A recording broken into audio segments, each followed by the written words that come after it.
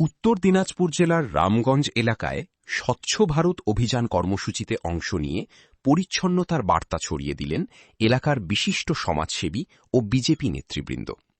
বুধবার সকালে আয়োজিত এই কর্মসূচিতে এলাকার বিভিন্ন গুরুত্বপূর্ণ স্থানে পরিষ্কার পরিচ্ছন্নতার কাজ করা হয়। এদিন উপস্থিত ছিলেন বিজেপির ১ নম্বর মণ্ডলের মণ্ডল সহসভাপতি পরেশ বসাক, বিজেপি নেতা লোকনাথ সহ মহিলা নেতৃত্ব রমা দাস এবং বহু মহিলা ও যুব কর্মী সমর্থক। তাদের সক্রিয় অংশগ্রহণে রামগঞ্জ হাইস্কুলের সামনে দীর্ঘদিন ধরে জমে থাকা আবর্জনার স্তূপ পরিষ্কার করা হয় এবং নির্দিষ্ট স্থানে নিয়ে গিয়ে ফেলা হয়। পাশাপাশি ঝাড়ু হাতে নিয়ে এলাকার মহিলারাও পরিচ্ছন্নতা অভিযানে অংশগ্রহণ করেন। শুধু রামগঞ্জ হাই স্কুলই নয়, রামগঞ্জ গার্লস স্কুল সহ একাধিক গুরুত্বপূর্ণ জনবহুল এলাকায় পরিষ্কার পরিচ্ছন্নতার কাজ চালানো হয়। অভিযানের মাধ্যমে সাধারণ মানুষের মধ্যে পরিবেশ সচেতনতা বৃদ্ধির বার্তাও তুলে ধরা হয়। বিজেপি নেতৃত্বের পক্ষ থেকে জানানো হয়, রামগঞ্জ বাজারের বিভিন্ন স্থানে আবর্জনা জমে থাকার ফলে পরিবেশ ও জনস্বাস্থ্যের উপর বিরূপ প্রভাব পড়ছে। তাই ব্যবসায়ী ও সাধারণ মানুষকে নির্দিষ্ট স্থানে বর্জ্য ফেলার আহ্বান জানানো হয়। যেখানে সেখানে আবর্জনা না ফেলে পরিচ্ছন্ন পরিবেশ গড়ে তুলতে সকলের সহযোগিতা কামনা করেন তারা। মণ্ডল সহসভাপতি পরেশ বসাক জানান, পরিচ্ছন্নতা শুধু একটি দিনের কর্মসূচি নয়, এটি একটি সামাজিক দায়বদ্ধতা। আগামী দিনে এলাকায় আরও ব্যাপকভাবে স্বচ্ছতা অভিযান চালানোর পাশাপাশি জনসাধারণের সুবিধার্থে শৌচালয় নির্মাণের উদ্যোগ নেওয়ার পরিকল্পনাও রয়েছে বলে তিনি জানান। স্বচ্ছ ও সুন্দর পরিবেশ গড়ে তুলতে বিজেপি কর্মী সমর্থকদের এই উদ্যোগ এলাকাবাসীর মধ্যে ইতিবাচক সাড়া ফেলেছে।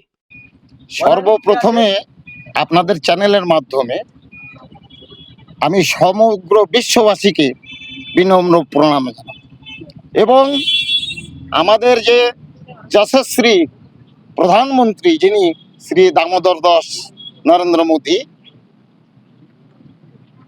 তেনার যে দৃঢ় সংকল্প, প্রথম 2014 সালে প্রথম প্রধানমন্ত্রী নির্বাচিত হয়েছিলেন, তখনকার সংকল্প এটা যে স্বচ্ছ ভারত, স্বচ্ছ মিশন, সুন্দর সূক্ষ্ম সুন্দর সমাজ, সুশিক্ষা, সুচিকিৎসা, দক্ষ প্রশাসন, যে সংকল্প ওনার প্রতিবদ্ধ, তাই শ্রী আমাদের মাননীয় শ্রদ্ধেয় সকলের পূজনীয় প্রধানমন্ত্রী আজ বিশ্ববাসীর মন জয়ে বহু এগিয়ে গিয়েছে।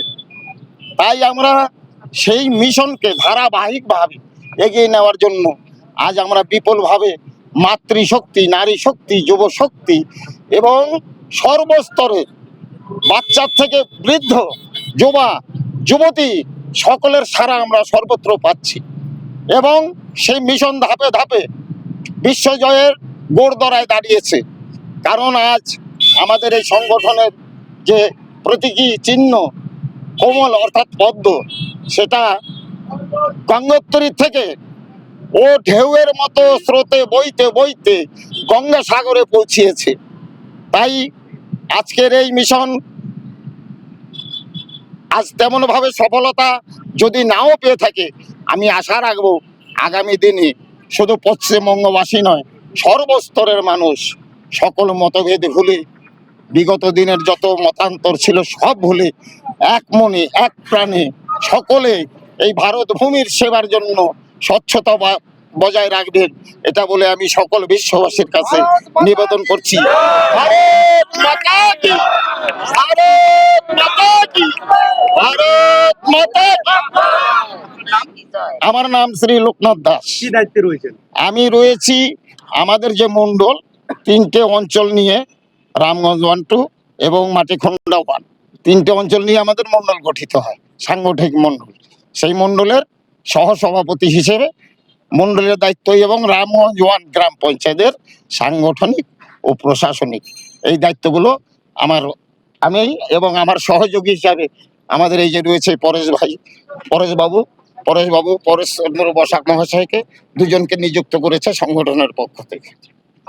আমাদেরকে প্রথমে আমরা সবাইকে নমস্কার জানাচ্ছি এবং আমাদের যারা আমাদের কাজের সঙ্গে যুক্ত আছে তাদেরকেও ধন্যবাদ এবং নমস্কার জানাচ্ছি যে আজকে এই কাজে ওরা সবাই আমাদের সাথে হাত মিলিয়ে কাজ করতেছে এবং আমাদের মাতৃশক্তি যারা আসছে তারাও সবাই এসেছে এবং এই কাজে সবাই অংশগ্রহণ করেছে। এবং আমরা এটাই বলতে চাচ্ছি যে পরবর্তীতে যাতে আমাদের সম্পূর্ণ ভারতবর্ষে একটা নোংরার কোনাও না থাকে সেই ব্যবস্থা আমরা করব। এবং তার সাথে সাথে আমরা এটাও দেখব যাতে প্রতিটা জায়গায় ডাস্টবিনের ব্যবস্থা হয়, সেটাও আমরা করব। মহিলাদের শৌচালয়ের ব্যবস্থাও হবে, ওটাও হবে, আস্তে আস্তে হবে। আমাদের তো সরকার কেবলই আসলো, আস্তে আস্তে সেই ব্যবস্থাও হবে। তো প্রথমে নমস্কার জানাই সকলকে। আর ভারত মাতা কি জয়, বন্দে মাতরম, বিজেপি জিন্দাবাদ। আমি পরেশ বসাক আপনাদের মাধ্যমে এতটুকুই বলবো যে স্বচ্ছ ভারত অভিযান এটা তো আজকে থেকে নয়, দীর্ঘদিন থেকে চলে আসতেছে। তো আজকে আমাদের সরকার আসার গুণে কয়েকদিন হলো, এই কাজটা করা উচিত ছিল। যে বিগত সরকার চলে গেল, যেটা ওনাদের করার উচিত ছিল। আজকে এটা একটা শিক্ষার প্রতিষ্ঠান, শিক্ষার মন্দির, কোথায়? Ramganj high school. তো শিক্ষার প্রতিষ্ঠান, শিক্ষার মন্দির, মন্দিরের পাশে যত্রতত্র মানে এমন হিসাবে নোংরা স্তূপ আছে যেটা দেখা তো দূরের কথা, ওর পাশ দিয়ে যাওয়া যায় না। কিন্তু আজকে আমরা সেই প্রণ নিয়েছি যে সমস্ত রামগঞ্জকে আমরা মানে স্বচ্ছ করার অভিযান নিয়েছি। কিন্তু একদিনে তো সম্ভব না। আজকে আমরা যতটুকু পেলাম ততটাই আমরা করলাম। আমি আশা রাখবো যে পরবর্তীতে পুরো রামগঞ্জটাকে স্বচ্ছ করার চেষ্টা করব। আর আপনাদের সহযোগিতা, সমাজের সহযোগিতা আমি কাম্য করব। দাদা, এখানে কিন্তু রামগঞ্জে এই শিক্ষা প্রতিষ্ঠানে এখানেই না, পুরো রামগঞ্জ বাজার জুড়ে কিন্তু আবর্জনার স্তূপ দাঁড়িয়েছে। পাশাপাশি এর আগে আমরা একাধিকবার সংবাদ পরিবেশন করেছি, কিন্তু এখানে শৌচালয়ের কোনো ব্যবস্থা নেই। যে একটা শৌচালয় রয়েছে সেটাও কিন্তু তালা বন্ধ হয়ে রয়েছে হসপিটালে। সে নিয়ে কি বলবেন?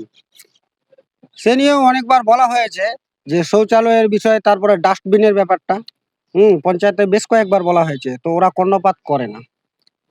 তো ওরা সম্ভবত এখনো এটাই মনে করে যে সরকার মনে হয় ওদেরই রয়েছে, নিজেকে বস হিসাবে মনে করে। কিন্তু ওদের যে রাতের ঘুম উড়াই গেছে, ওরা বুঝতে দিচ্ছে না। তো আমি আশা করি এটাই যে আজকে আমরা শালীনতার মাধ্যমে, বিনম্রতার মাধ্যমে যে পরিচয়টা দিলাম, সেইভাবে আমরাও আবার যাব পঞ্চায়েতের মাধ্যমে সর্বত্র পরিষ্কার করার একটা আবেদন রাখবো। তারপরে দেখা যাক কি হয়।